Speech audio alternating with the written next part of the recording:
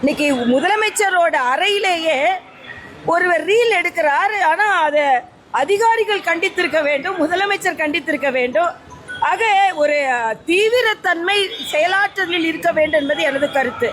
அதே மாதிரி நாங்கள் ஊழலுக்கு எதிராக வந்தோம். நாங்கள் இன்னைக்கு டெண்டர் 17 லட்சம் கட்டுமான பணி டெண்டர் 6 மணி நேரத்திற்குள்ளேயே ஆனந்த் அவர்களின் துறையில் நிறைவுபடுத்தப்பட்டிருக்கிறது என்பதெல்லாம் கவலை அளிக்கக்கூடியதாக இருக்கிறது. எல்லாவற்றிற்கும் மேலாக கிட்னி திருட்டு, அதை பற்றி இன்னைக்கு விசாரணை முடுக்கிவிடப்பட வேண்டும் என்றும் ஒரு தகவல் வந்திருக்கிறது. சென்ற ஆட்சியில் என்னென்ன தவறுகள் நடந்ததோ அந்த தவறுகள் நடக்காம இருக்கணும்.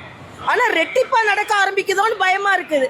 அது பாலியல் பலாத்காரம், கொள்ளைகள் இந்த ஒரு வாரத்துல அதிகரித்திருக்குது.